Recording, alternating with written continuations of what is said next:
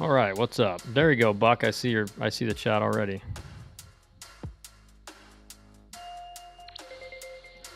I don't know why it does that sometimes. It's really weird. Now we'll give a few minutes for everybody to get back in. Meanwhile, I will upload something.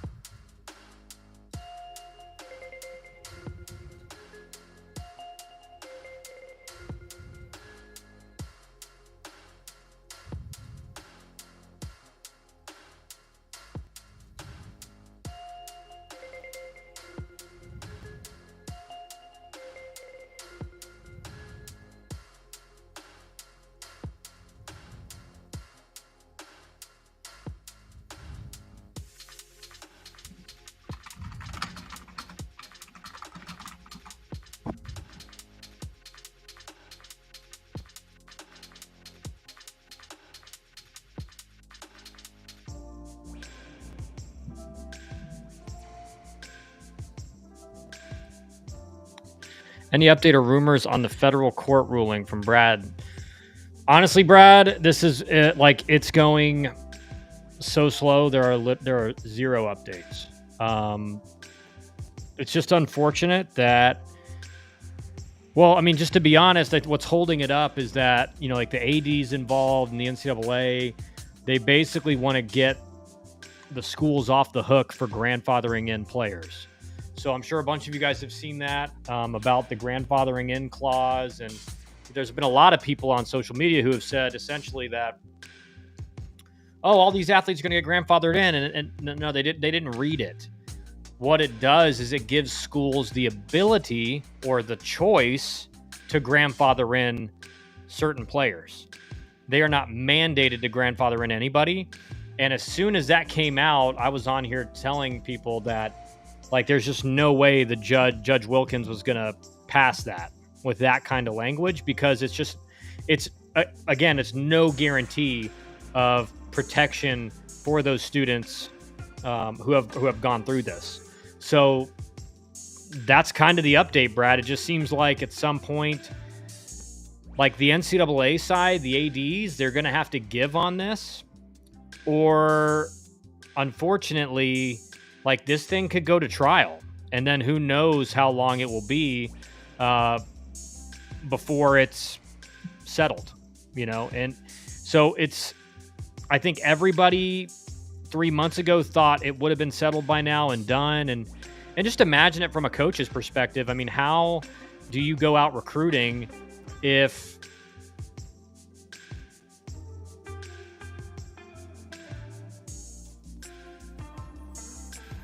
oh no, did we lose the chat history? Tim Shrek, did you talk about the kid in the Samford game taunting after his home run? Yes, I did. Don, could you give some insight on UC Irvine? Very good offense. Very, very good offense. They can definitely beat anybody, especially in their UCLA regional. I don't know why the chat is not showing up, guys. I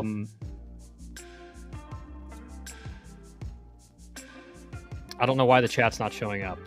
For some reason, again, Buck's post came through. This is very annoying.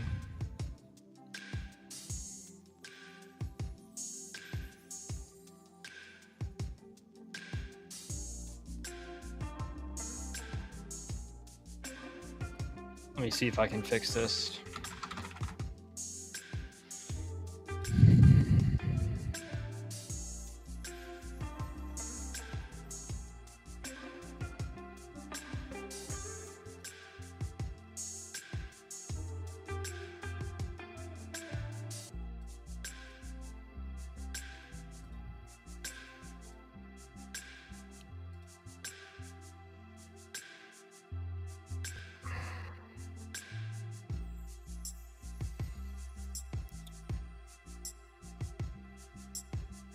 Yeah, I don't know why this is not going through right now. It's live on YouTube. You guys are chatting. Oh, gotta love technical difficulties. Anyway, sent my question a couple of times. Sorry. No, you're good, Nancy. I'm just trying to get the YouTube chat back connected on here, but it's just not showing it.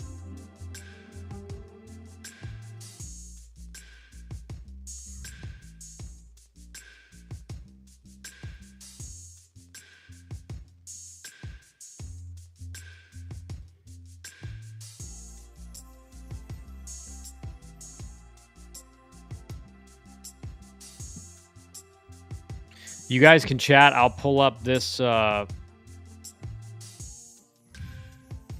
the restream chat. So if you guys chat on YouTube, it'll show up on there.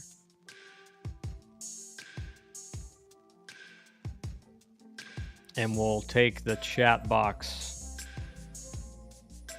off of here once you guys start chatting. So you guys, if you're on YouTube watching, test it for me, so that I know it'll show up here on the restream chat.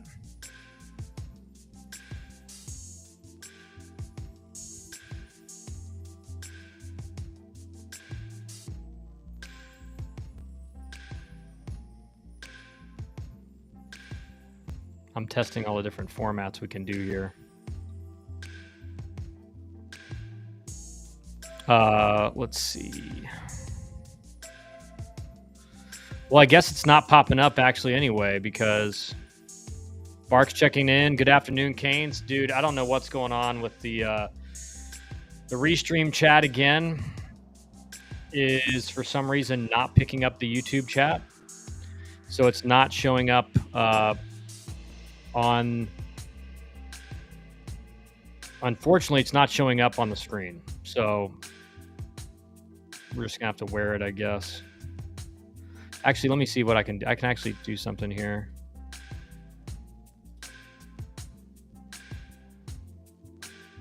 Actually, here we go. I think we may have figured out some way to kind of get this on screen. There we go. All right, we got it.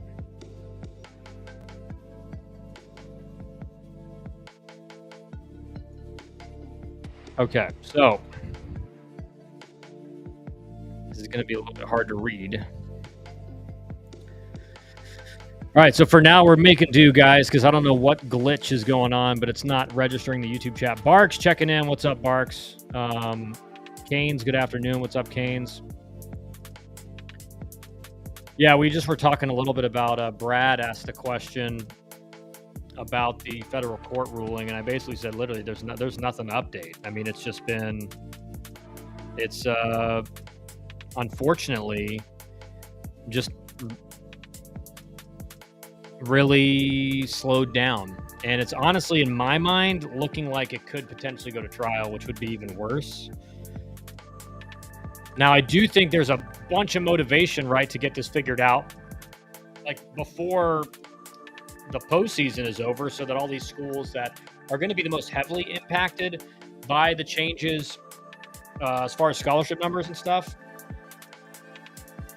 But unfortunately, man, it's just like it's very obvious that like the NCAA side of this thing is trying to get by with having to do the minimum for the players that are going to be impacted by the roster size changes. And like the judge, like she's been very adamant. She has said, you know, we're not doing that. We're not doing like we're going to make sure student athletes are protected, especially the ones that are impacted. And the NCAA side's kind of like, we'll do our best.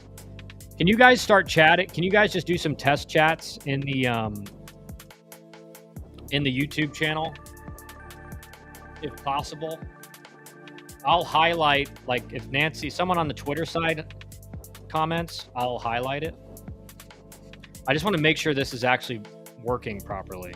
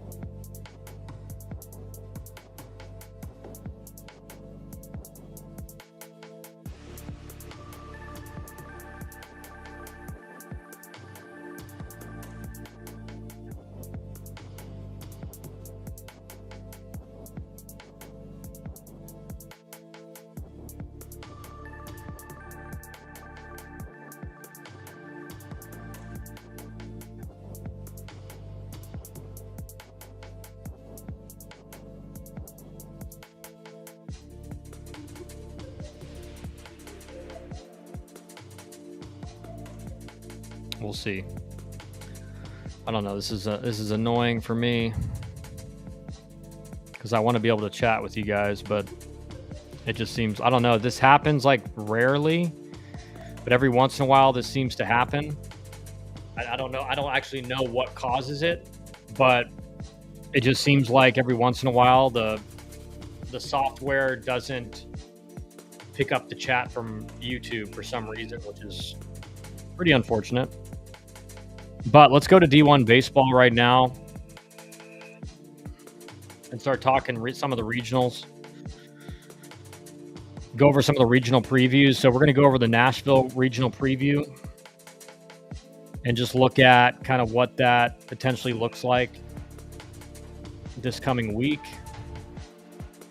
Are there any regionals that you guys want to go over? Are there any regionals that you guys want to go over?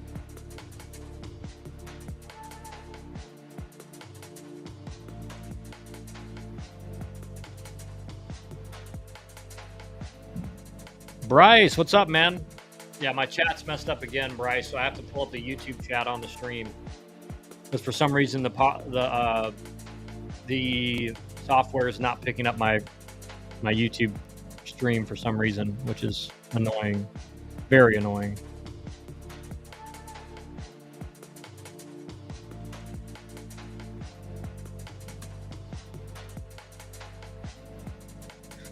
All right, let's see here.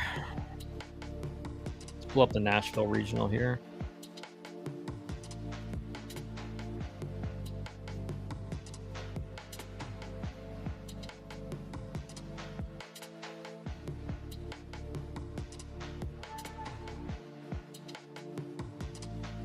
Damn, bro. Would it shock you to see Wright State upset Vandy? All right, well, I'm going to stop sharing that screen. Rest assured, guys, I do have your chat pulled up, so I will be answering questions. Let's pull up this screen right here of, which one is it? Here we go.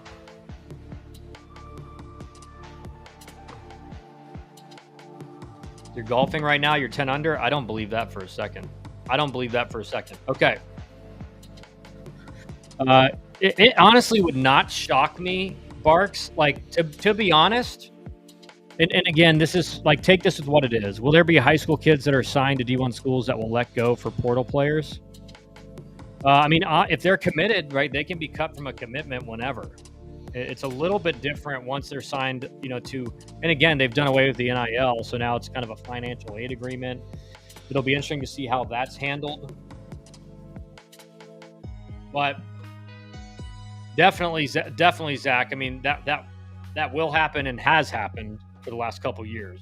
But it's before they sign that NIL. Like, it's just a verbal commitment. So, like, an offer can be revoked at that point very easily. So, looking at the teams here, obviously, I do think this is a definitely a regional to watch for possible upsets. Now, what you'll notice is look at the runs scored per game.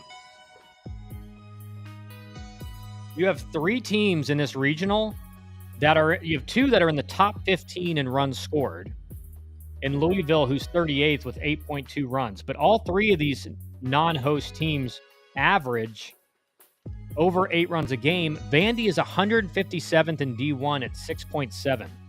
They've also hit the least amount of home runs. So just look at the offensive numbers for Vandy here. Like, they are the worst offense by the numbers in this regional by a large margin, right? You get down to some of those like K percentage, average, on base percentage, slugging.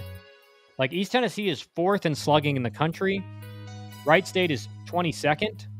And Louisville is 37th. Vandy is 158th. Their weighted runs created plus is 178th in Division I. And again, the rest of these teams are basically, what you could say is the rest of these teams are essentially top 40 offenses in the country.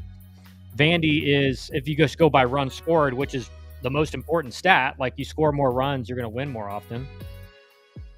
They are the worst offense in the regional.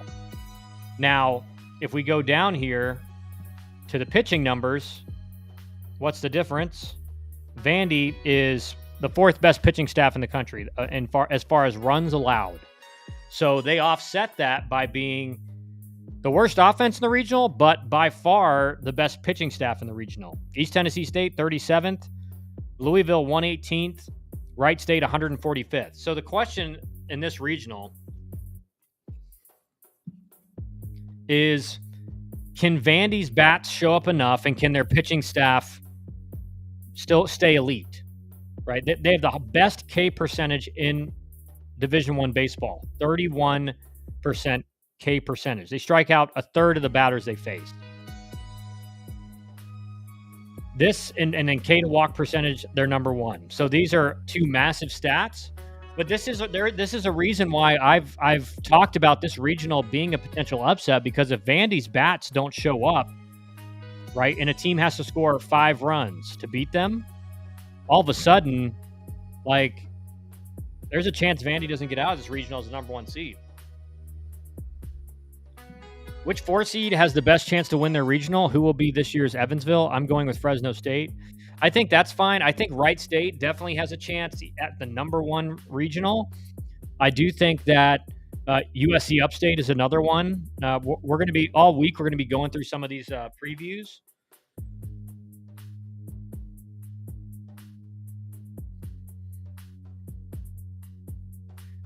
What you'll see is that Vandy is, and again, what's the old adage? Is that pitching and defense wins championship.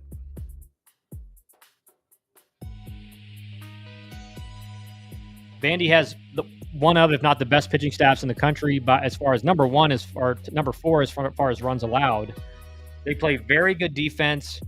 They do not make errors. They have one of the best defenses in the country as far as errors per game. And again, they're only allowing, what was it, 3.9 runs a game. And they're scoring 6.7. So it's just, again, this regional all comes down to, can any of these teams' bats get to the Vandy arms? Vandy has a very good bullpen, very good starting pitching. They've used that very well this year. And they're playing their best baseball here late. So is it likely that Vandy gets upset? Probably not. But I do think these are 3 teams that, these are 3 offenses that can put up a lot of runs. And if Vandy is forced to score a lot of runs, they're going to have issues. So I think this is a very interesting regional to keep an eye on. Let's go to, which one do I want to look at here? Let's go to the Conway regional. Actually, no. Clemson regional preview. This is a big one. Okay. So Zach asked if, what do you think, which 4 seed has the best chance to win a regional? Look at USC Upstate, guys. 2nd best offense in terms of runs scored per game. They are one of the best offenses in the country. They've hit 99 home runs, the most in the regional by far. The rest of these teams, West Virginia and Kentucky, have been okay runs scored-wise. They both, or at least West Virginia's better than Clemson runs scored. Kentucky's the worst in the regionals terms as runs scored. But, USC Upstate, look at these offensive numbers. They're in top 20 in most of these categories besides walk rate and K percentage. East Tennessee State will beat Louisville. I've been so disappointed with Louisville pitching this year. Yeah, it has been. Louisville just kind of had a bad second half in ACC play. It looked like they were poised to host and everything like that. But again, knowing what the committee did this year, Louisville probably had no chance of hosting based on what we saw. But let's look at this is another reason why I think Clemson can get upset. Look at the pitching numbers. Clemson's allowing 5.5 runs a game. West Virginia's allowing 4.9. Kentucky's allowing 4.9. And USC Upstate is allowing 6.4, but you match that with the 2nd best run scoring offense in the country. it's another situation that, if Clemson cannot score a lot of runs, and I do think their pitching is solid, it's not the elite pitching staff of Vandy. So I do think this is another regional where you could see a potential upset because Clemson's offense is just okay. USC Upstate's elite offense. West Virginia's a good offense. Kentucky's not a great offense. But West Virginia and Kentucky both have better pitching staffs as far as runs scored. Now, again, are they playing in the ACC? No, so it'll be different. But I do think Upstate is a team that, against Clemson, can score a lot of runs in that first game and potentially pull off an upset game one. They have the offense to do it. It'll be a question of how do they show up? Columbia and USC Upstate were projected 3 seeds, but with Nebraska and Cal Poly winning, that bumped them to a 4 seed. Yeah. So USC Upstate, for real, it has one of the best offenses in the country. They do every year. So this is a very, very scary regional for Clemson. Very scary regional. West Virginia was in talks to be a host for a good chunk of the year. Again, as we saw with their conference, they didn't get any hosts, which was another kind of controversy. Clemson will be forced to throw Canuck Friday. Yeah, very likely. Very likely. It's going to be interesting to see what Clemson decides because, even if you beat USC Upstate, now you're playing either West Virginia, who's one of the best teams in their conference, or Kentucky, who's obviously an SEC team, whose numbers are going to be a little bit deflated from playing in the SEC all year. So Kentucky's going to be a better team than they showed all year, playing against West Virginia and Upstate or whoever they end up playing deeper in the regional. So this is a scary regional for Clemson.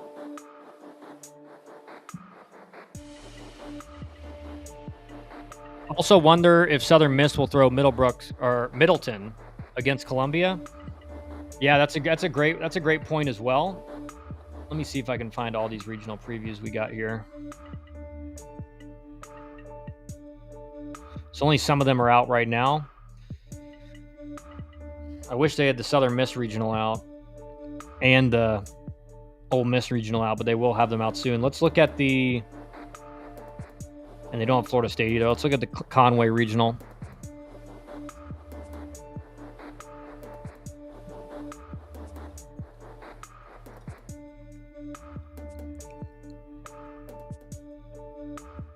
All right.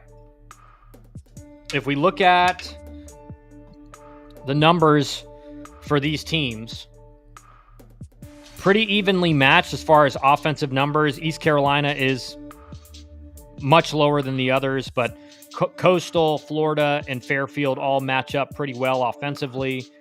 Coastal Carolina only hit 56 home runs this season.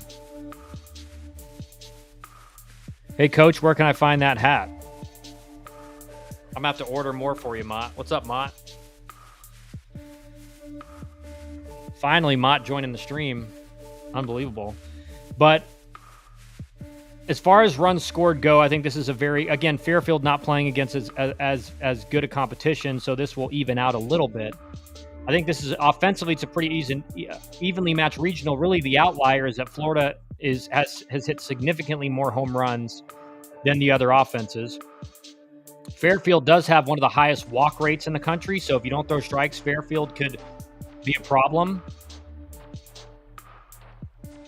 The pitching, I think, is going to be the difference maker. Obviously, look at Coastal Carolina's pitching. Second in the country in runs allowed. That's massive. If you look at their pitching staff, they're top 20 in every single metric. K percentage, walk percentage, K to walk percentage, whip, ERA, FIP. They're all really good. Florida matches up pretty well. Again, they were playing in the SEC, so it's a little bit different, but their K percentage very high.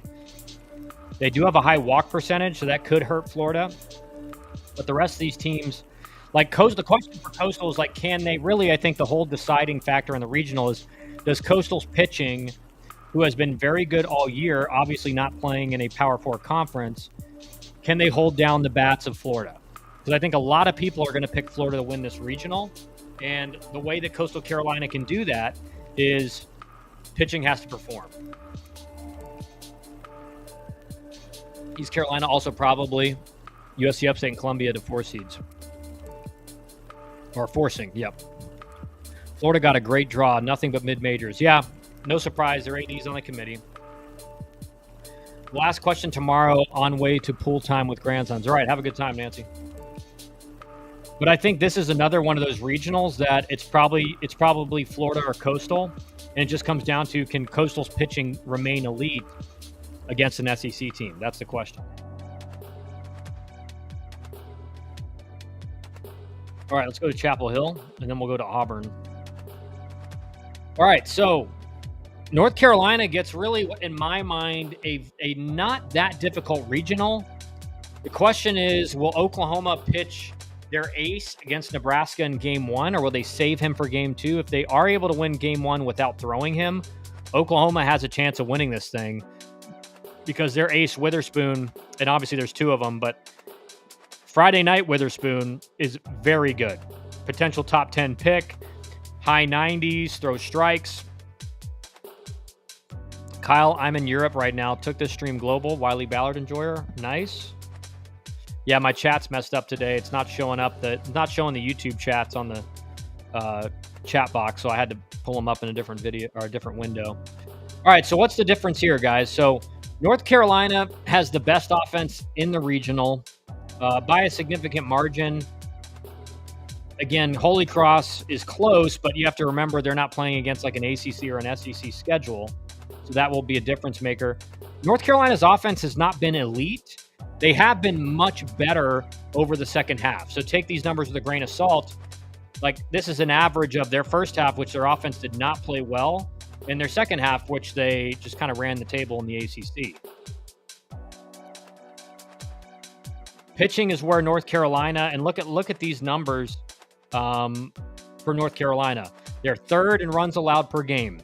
Pitching is they have elite pitching, good K percentage, great walk percentage, top 5 in WHIP, number 4 in ERA, 16th in FIP.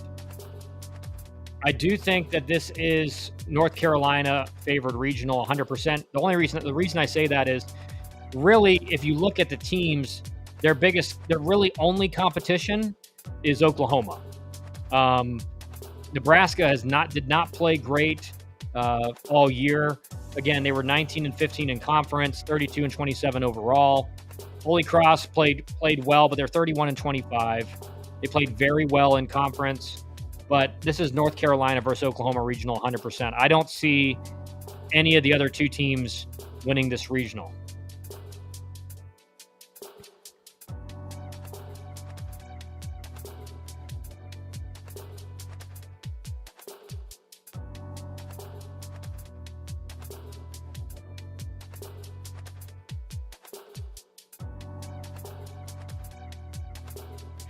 So the question is, do they throw Malachi Witherspoon game 1 against Nebraska to get the win, and then you have Kyson Witherspoon, their ace, to go against North Carolina? That's really going to be probably a big deciding factor in who wins this regional. If we go to the Auburn regional, we look at these teams. So Auburn in conference was 17-14. NC State was 17-12. Stetson dominated their conference at 27-7. Central Connecticut went 26-8. If you look at offenses by the numbers, pretty evenly matched regional. Stetson falls off a little bit here, but NC State and Auburn both have very similar offenses. Auburn has hit a good amount more home runs. NC State has only hit 63. They're not even in the top 100. Walk rates are all pretty similar. K percentage, a little bit higher for Auburn. But these offenses are all pretty evenly matched. There's not really one outlier.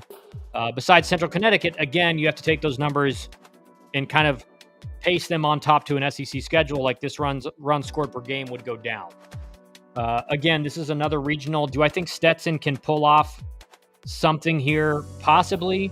But we look at the pitching numbers. Auburn has the advantage. High K percentage. NC State matches up pretty well with them. Runs allowed per game. Auburn is the clear best, although Stetson has had really good pitching as well. again, you got to paste that on top of an SEC schedule. It would definitely be different.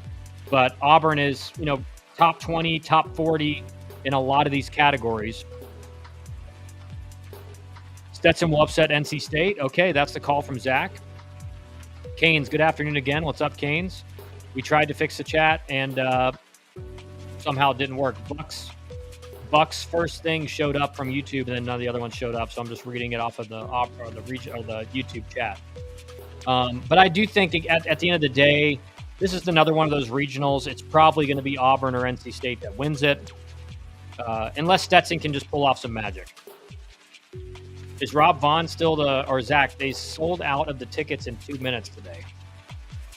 For which for the Southern Miss Regional, Canes? Zach, is Rob Vaughn still the favorite for Mississippi State job? That's what we've heard, and I haven't heard anything different. Obviously, once Mississippi State's eliminated and Alabama's eliminated and some of these other teams where their coaches are going to be candidates, we'll find out more. But again, another regional that I don't think is going to be very complicated. Let's go to the Knoxville Regional because this will be an interesting one. Well, see you in football season. Smitty, can't wait for Drew Burress to transfer to Mizzou. Nice joke, Smitty. Nice joke. All right. So, again, Wake Forest, I do think, is one of the more deadly 2 seeds just because they did not play consistent in ACC play, but everyone thought they were a top 15 team at the start of the year. If you look at the runs scored per game, Tennessee really struggled in the second half of their schedule in the SEC to maintain that elite offense that they had for the first 25, 30 games. Wake Forest actually has the edge here in runs scored per game. Cincinnati's at 7 per game. Miami, Ohio at 8.2.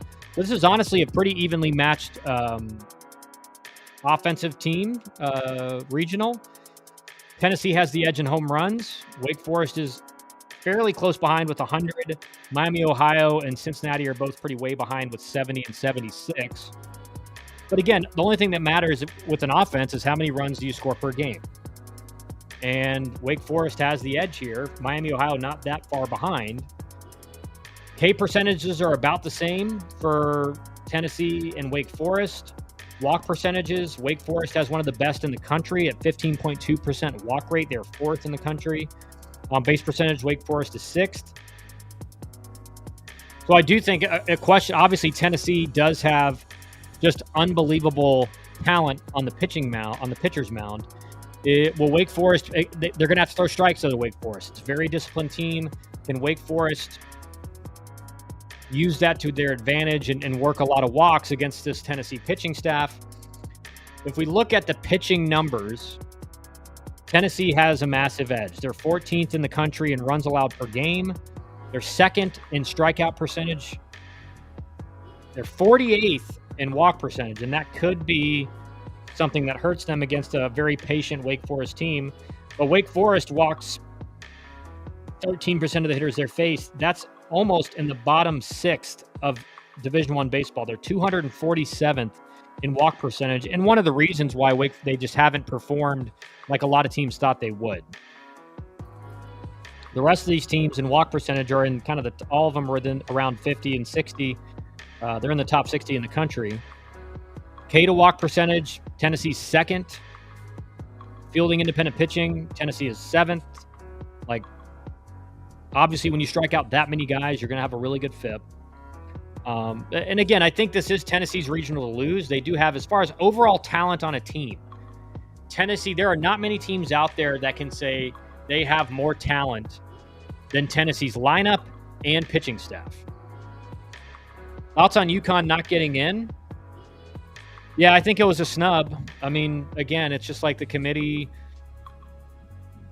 You can make arguments for Kentucky not getting in, a few other teams getting in, but the reality is that every year there's going to be 2 or 3 teams that get snubbed, and UConn was one of them.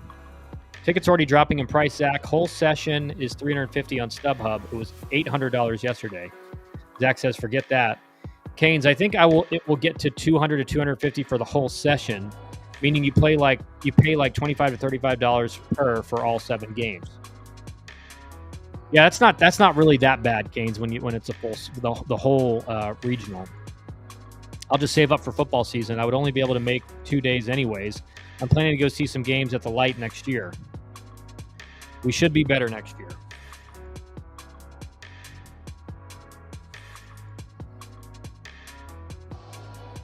But these previews on D1 Baseball are really good, just because you can get a pretty good idea of like what teams are going to look like. Let's look at the Baton Rouge Regional, even though I think, again, this is like the regional everyone has rated as the easiest regional for any of the hosts. So if we look at offensively, LSU, actually Rhode Island has the best offense runs per game in this regional. Again, they're not playing an SEC schedule. Dallas Baptist is second with 8.6 runs per game. LSU is 52nd in the country at 7.9. LSU has hit 90 home runs. Dallas Baptist has hit 97. Rhode Island's hit 85. So those 3 teams are all pretty evenly matched. Like Little Rock it's going to be very difficult for Little Rock to make it. Obviously, they were 24 and 32 in the regular season. They were 13 and 16 in their conference. They just happened to win the conference championship. So Little Rock probably not going to be a factor in this regional. Canes, the chairbacks are going for like $1,500 to $2,000, Kyle, just for individual games, and they're actually selling. Meanwhile, at the Miami regional, it costs nothing to go.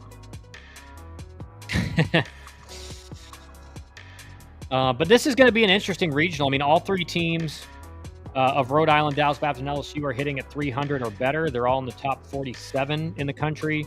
Base percentages are all good.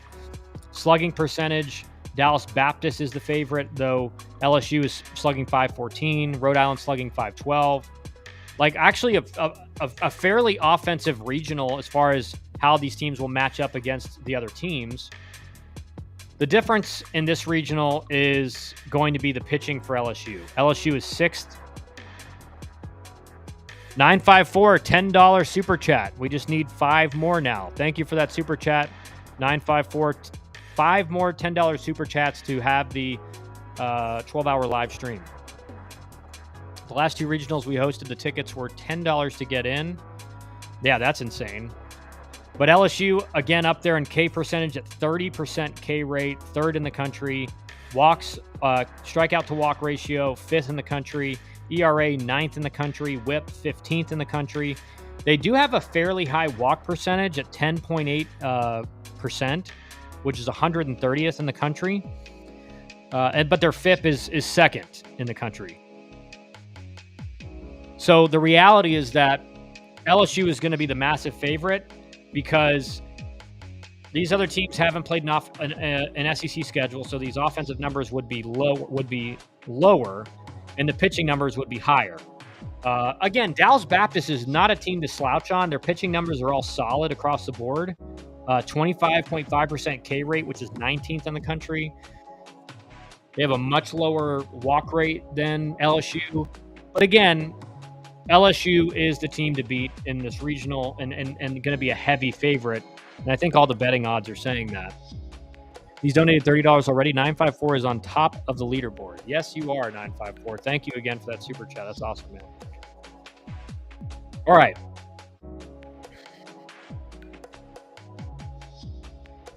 Well, I guess we can look over the final top 25 rankings right now. North Carolina took over the number 1 spot. But somehow they didn't get a top 5 seed. Interesting. Vandy number 2, LSU, Texas, Oregon. Again, Oregon ranked way ahead of Oregon State, but they're seeded lower. Arkansas, Florida State, Oregon State, Auburn, Georgia, Coastal Carolina, Southern Miss, UCLA, Clemson, Ole Miss, Tennessee, Florida. Georgia Tech went 1-1 and lost to a regional host and dropped 2 spots. Interesting.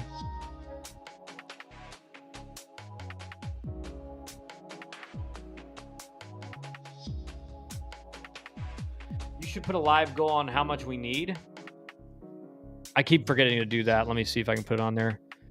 Smitty, $10 super chat. All right, now we just need 4 more. I'll put the goal is I can only do it in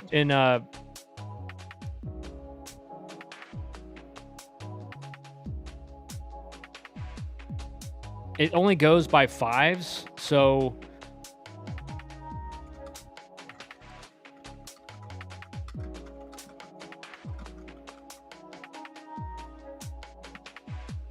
all right, the goal's posted, but it's 4 more. The live goal is up.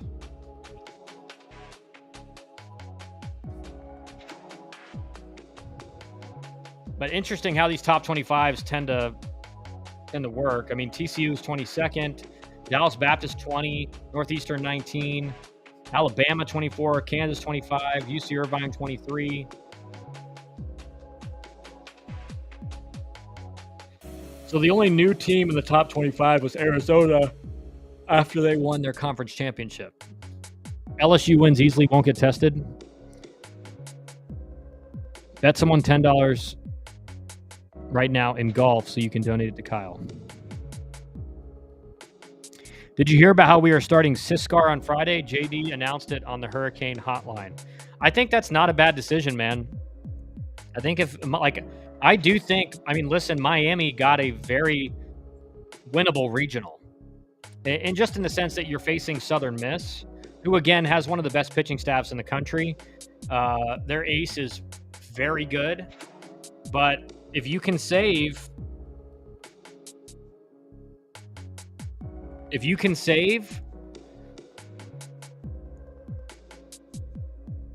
Hugus for Southern Miss, and Miami can go 2-0 in the regional, like they're actually in really good shape. It's a great idea, I think. Yeah, I think it is a great idea. Thoughts on UConn, Smitty? I mean, listen, they got snubbed. There's no other way to say it. They should have been in.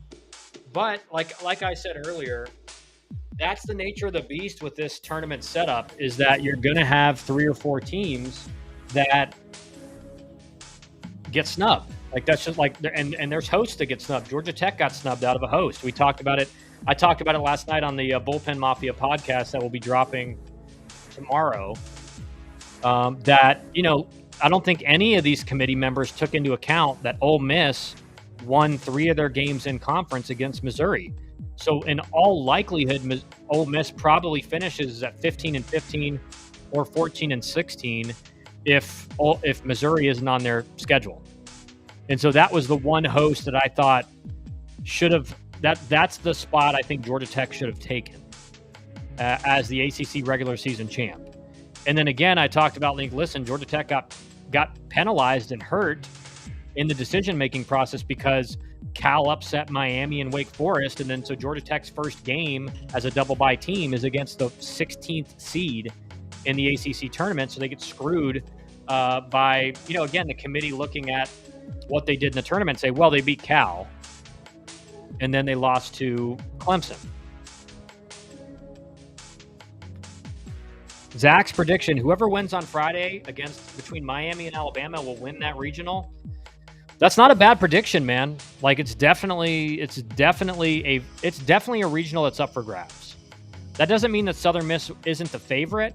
It just means like they're not like a massive favorite like some of these other regionals. Like Southern Miss is going to be picked to win, but at the end of the day, is it like a 40% chance? And then Miami's like a 25 or 30% chance. Alabama's 30% chance. I mean, a lot of people are going to pick Alabama to win that regional just because they played well.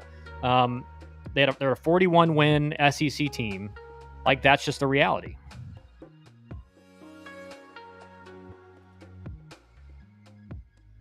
That's just the reality.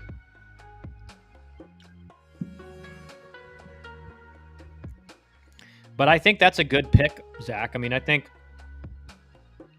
I honestly, I think that regional, and this is kind of dumb to say, but I think more so than other regionals, whoever wins those first 2 games is going to win the regional.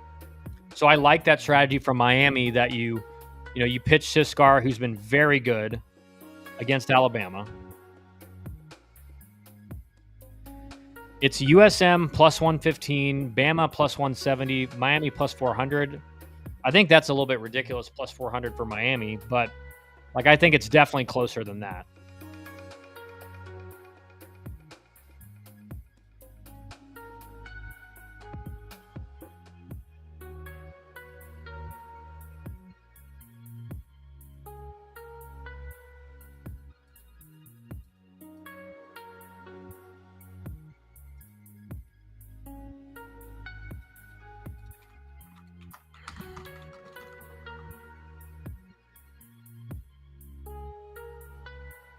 I'm taking the SEC ACC school over the mid-major team. I really think so as well.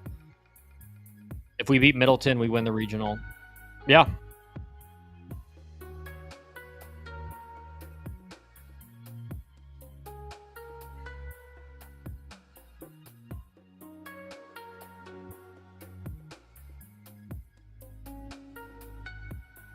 I'll tell you what, another regional that's going to be it's going to be upsetty is the Oxford regional with Georgia Tech, Western Kentucky. You have three really good offenses. You can't sleep on Murray State. Like that's another regional that's a very difficult regional for the host.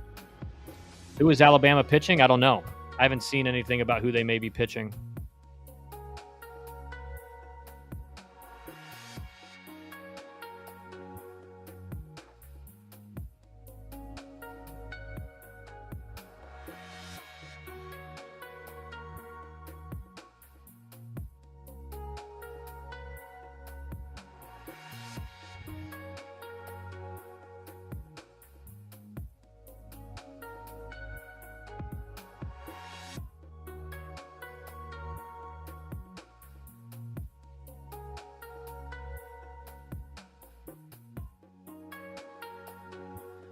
Kane said, "I already said Georgia Tech wins." Yeah, I do think of all the SEC hosts you could get sent to, Ole Miss is probably the best one. And again, it's just because realistically they're a 500 team in SEC play or under without that Missouri series. So I think as far as that goes, like it is a regional that you feel like Georgia Tech can win just based on how strong their offense is. It's again for Georgia Tech, the question all year has been how will the pitching hold up? But I do think it's something that they should be able to do. Sheesh.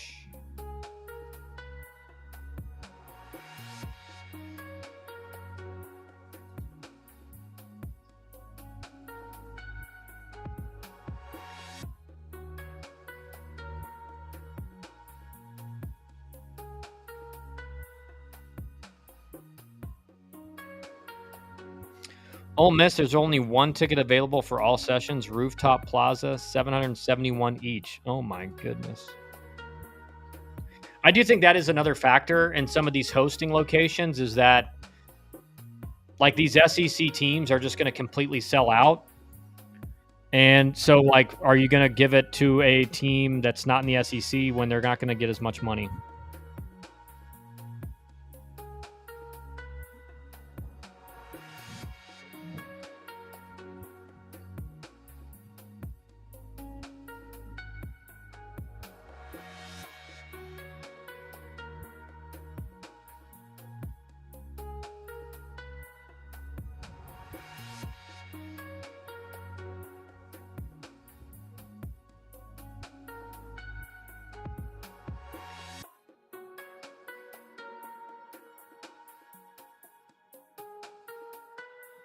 Good luck getting a ticket in these Mississippi regionals. Yeah, it seems like it's, but I think that's going to be the case in like all the SEC regionals.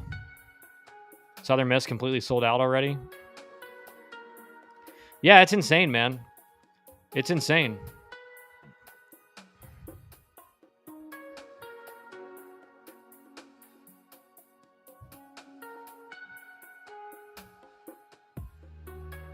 I got tickets for $25 all games in Gainesville in 2021. Yeah, it's like the market, and I've been telling you guys this, but just the amount of money in college baseball as far as the money they're making off regionals, the money they're making off fans, the money they're making on these TV deals that will expire pretty soon. It's just getting astronomically higher year by year. So it makes sense that you guys are like, man, you know, a couple of years ago we got all game tickets for this much money.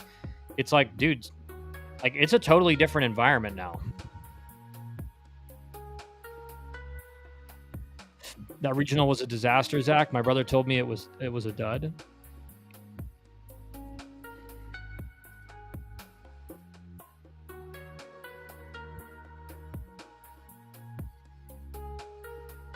But all right, guys, that's going to be it for me today. Sorry about these issues with the chat and everything.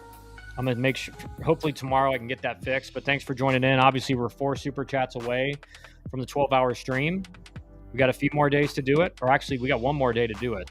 So tomorrow is going to be big, and we'll do a longer stream tomorrow just to give everybody the chance to get it done. But